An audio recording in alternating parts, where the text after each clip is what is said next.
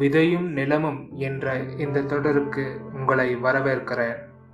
இந்த தொடரின் நோக்கம் உலகின் எல்லா தேசத்திற்கும் கிறிஸ்துவம் எவ்வாறு சென்றடைந்தது என்பதை பற்றி சுருக்கமாக பகிர்வதே.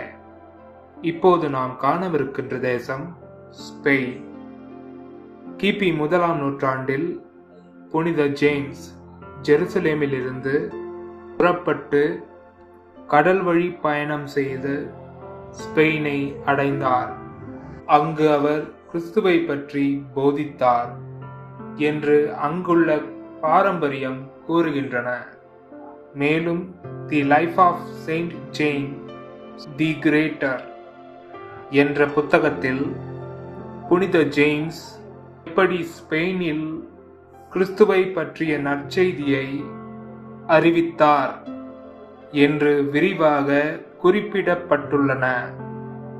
அதேபோல ஸ்பெயினில் கிறிஸ்துவம் பரவுவதில் மிஷனரிகளின் பங்கு மிக முக்கியமானது, குறிப்பாக கண்டுபிடிப்பு காலங்களில். மேலும் ஸ்பெயினில் முக்கியமாக கத்தோலிக்க கிறிஸ்தவர்களே பெரும்பான்மையாக உள்ளனர்.